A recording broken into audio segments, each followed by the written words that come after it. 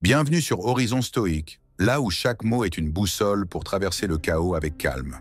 Aujourd'hui, nous plongeons dans un sujet fascinant. Les méthodes pour lire quelqu'un immédiatement. Pas de superficialité ici, pas de raccourcis bon marché.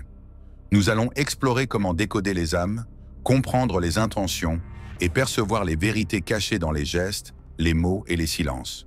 Ce voyage est ancré dans la sagesse stoïque, où l'observation, la discipline et la clarté mentale deviennent des outils pour naviguer dans les interactions humaines.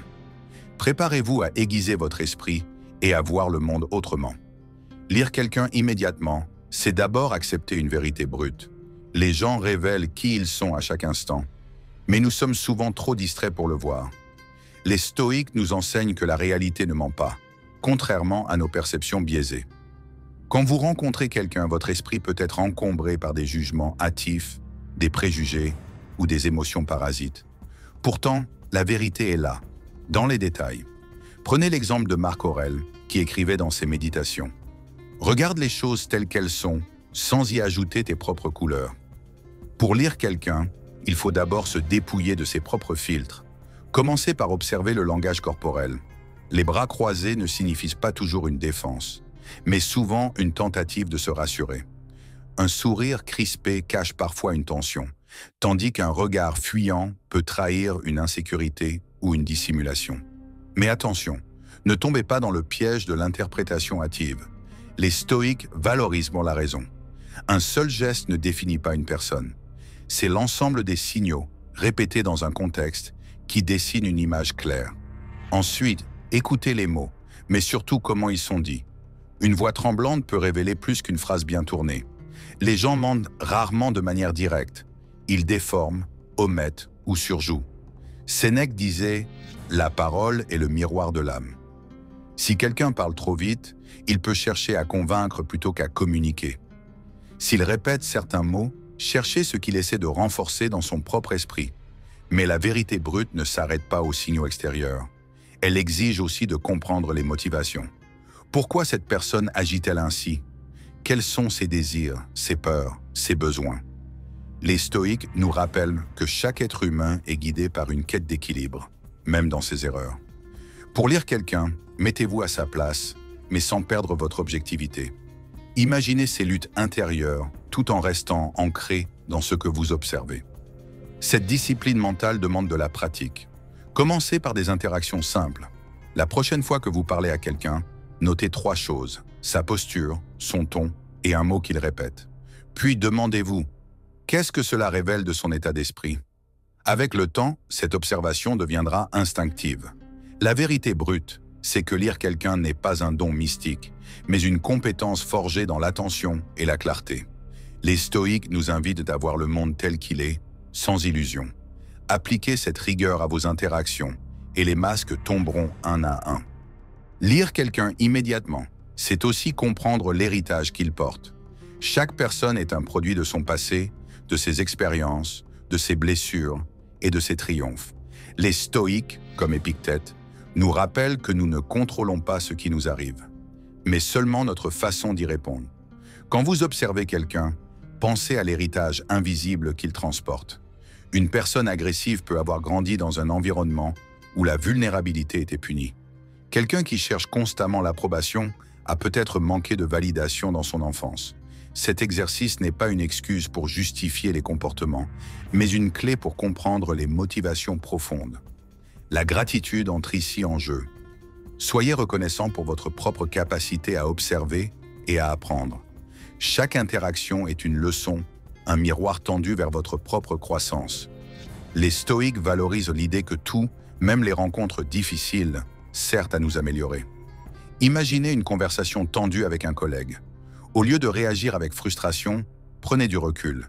Qu'est-ce que son ton, ses mots, ses silences vous apprennent sur lui?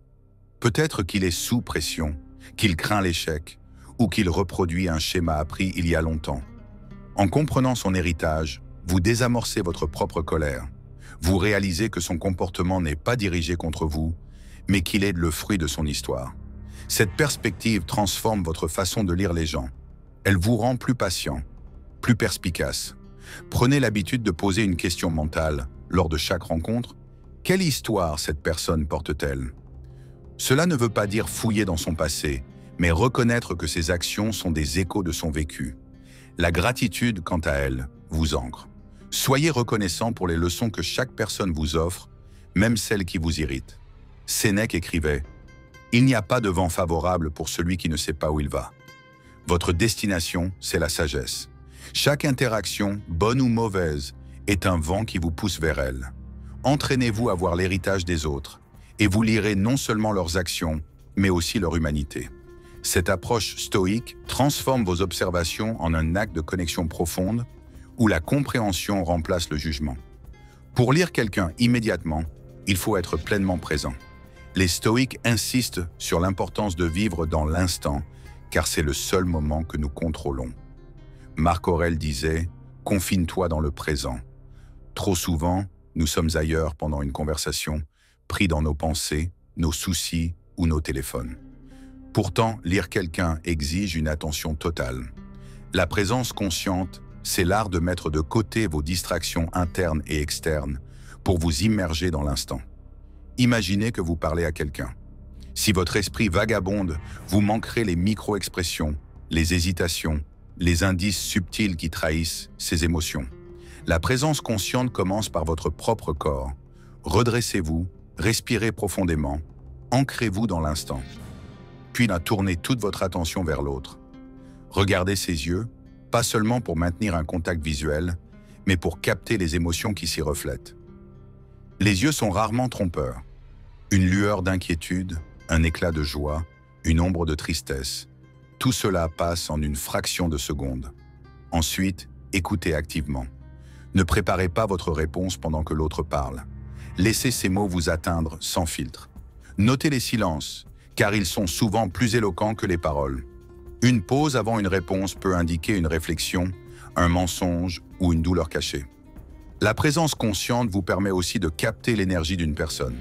Certaines personnes rayonnent de confiance, d'autres semblent alourdies par un poids invisible. Ces impressions ne sont pas mystiques. Elles sont le résultat de signaux subtils que votre esprit enregistre inconsciemment. Pour affiner cette compétence, pratiquez la méditation stoïque. Chaque jour, prenez 5 minutes pour vous concentrer sur votre respiration et vider votre esprit.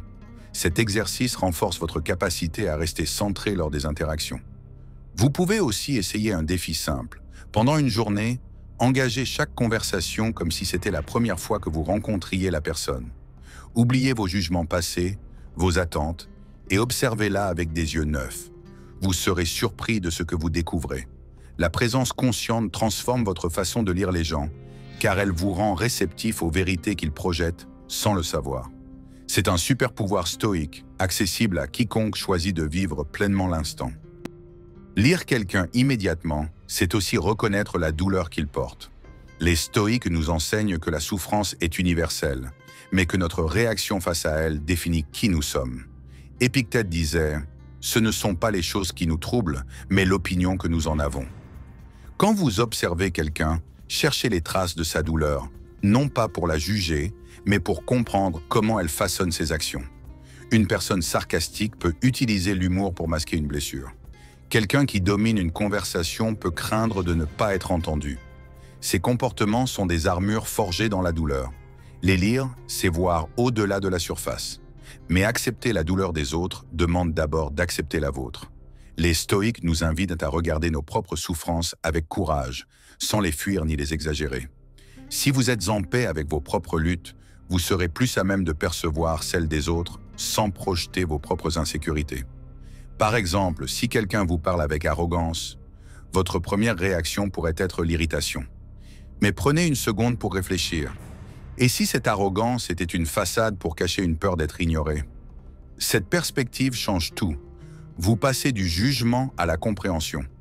Pour affiner cette compétence, pratiquez l'exercice stoïque de la préméditation des mots. Chaque matin, imaginez une interaction difficile que vous pourriez avoir dans la journée. Visualisez la personne, son ton, ses mots. Puis demandez-vous, quelle douleur pourrait motiver son comportement? Cela vous prépare à lire les gens avec empathie, même dans des situations tendues. Accepter la douleur, c'est aussi accepter que tout le monde n'est pas prêt à montrer sa vulnérabilité. Certains cacheront leurs blessures derrière des masques élaborés. Votre rôle n'est pas de les forcer à se dévoiler, mais de voir ce qu'ils projettent malgré eux. Les stoïques nous rappellent que nous ne pouvons contrôler que notre propre esprit. En lisant la douleur des autres, vous cultivez une forme de compassion rigoureuse, qui ne tombe ni dans la pitié, ni dans la complaisance. Cette approche vous rend plus perspicace, car vous ne vous laissez plus distraire par les apparences. La prochaine fois que vous rencontrez quelqu'un, posez-vous cette question. Quelle douleur pourrait guider ses actions? La réponse, même approximative, vous rapprochera de sa vérité. Lire quelqu'un immédiatement ne sert à rien si vous ne vivez pas selon la vertu. Les stoïques placent la vertu, la justice, la tempérance, le courage et la sagesse au-dessus de tout. Quand vous lisez quelqu'un, vous collectez des informations, mais c'est ce que vous en faites qui compte. Utilisez-vous vos observations pour manipuler, juger ou dominer, ou pour comprendre, aider et grandir? Marc Aurèle écrivait « Si ce n'est pas juste, ne le fais pas. Si ce n'est pas vrai, ne le dis pas. » Appliquez ce principe à vos interactions. Quand vous lisez quelqu'un, cherchez à agir avec justice. Par exemple, si vous percevez qu'une personne est mal à l'aise, ne l'exploitez pas pour prendre l'avantage. Offrez-lui plutôt un espace pour s'exprimer. Si vous détectez une insécurité, ne la pointez pas du doigt, mais trouvez un moyen de la rassurer subtilement. La vertu guide aussi votre propre comportement pendant que vous observez. Restez tempérant, même face à quelqu'un qui vous provoque. Soyez courageux en affrontant les vérités inconfortables que vous découvrez. Et surtout, soyez sage en distinguant ce qui mérite votre attention de ce qui n'est que bruit. Vivre selon la vertu, c'est aussi reconnaître que lire quelqu'un est un privilège. Chaque personne vous offre une fenêtre sur son monde intérieur, même involontairement. Traitez cette fenêtre avec respect. Pour intégrer cela, adoptez une pratique stoïque simple. À la fin de chaque journée, passez en revue vos interactions. Demandez-vous, ai-je agi avec vertu en lisant les autres? Ai-je utilisé mes observations pour le bien ou pour nourrir mon ego? Cet examen de conscience affine non seulement votre capacité à lire les gens, mais aussi votre caractère. La vertu vous rend digne de la perspicacité que vous développez. Elle transforme vos observations en un acte de service, où comprendre les autres devient une façon de contribuer à un monde plus juste. En lisant quelqu'un, cherchez toujours à aligner vos actions sur ces principes intemporels. C'est là que la vraie sagesse prend racine. Les stoïques nous rappellent constamment « Memento mori », souviens-toi que tu vas mourir. Cette idée peut sembler sombre, mais elle est libératrice. Elle nous pousse à vivre avec intention, à ne pas gaspiller notre temps en futilité. Quand vous lisez quelqu'un immédiatement, gardez cette perspective en tête. Chaque interaction est éphémère, chaque personne que vous rencontrez est un être mortel, tout comme vous. Cette vérité donne du poids à vos observations. Pourquoi perdre du temps à juger ou à manipuler quand vous pourriez chercher à comprendre? Memento mori vous incite à lire les gens avec une urgence calme. Vous n'aurez peut-être pas une seconde chance de saisir qui ils sont. Imaginez que vous parlez à quelqu'un pour la dernière fois. Comment cela change-t-il votre attention? Vous remarquez davantage les détails, la façon dont ses mains bougent, la sincérité dans sa voix, les émotions qu'il essaie de cacher. Cette conscience aiguë vous rend plus présent, plus perspicace.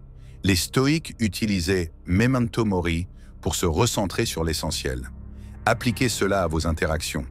Quand vous lisez quelqu'un, demandez-vous « Qu'est-ce qui compte vraiment dans cet échange ?» Est-ce son statut, son apparence ou la vérité de ce qu'il ressent? Cette question élimine le superflu et vous ramène à l'essence de la personne. Pour intégrer Memento Mori, pratiquez un exercice stoïque. Avant une conversation importante, prenez un moment pour réfléchir à votre propre mortalité.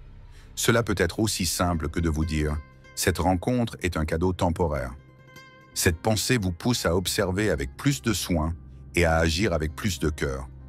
Memento Mori transforme votre façon de lire les gens, car elle vous rappelle que chaque instant est une opportunité de connexion, de compréhension, de vérité. Ne laissez pas ces moments vous glisser entre les doigts. Lisez chaque personne comme si c'était votre dernière chance de voir son âme. Lire quelqu'un immédiatement est une compétence, mais c'est aussi une responsabilité. Les stoïques nous enseignent que la sagesse ne vient pas seulement de ce que nous apprenons, mais de la façon dont nous l'intégrons dans notre vie. Chaque soir, prenez un moment pour réfléchir à vos interactions de la journée. C'est un rituel intérieur, une pratique stoïque qui affine votre capacité à lire les autres, tout en vous rapprochant de votre propre vérité. Asseyez-vous dans un endroit calme, loin des distractions. Fermez les yeux et repassez vos conversations dans votre esprit. Qui avez-vous rencontré? Qu'avez-vous observé? Quels signaux avez-vous captés et lesquels vous ont échappé? Soyez honnête avec vous-même. Peut-être avez-vous mal interprété un ton ou laissé vos émotions brouiller votre jugement.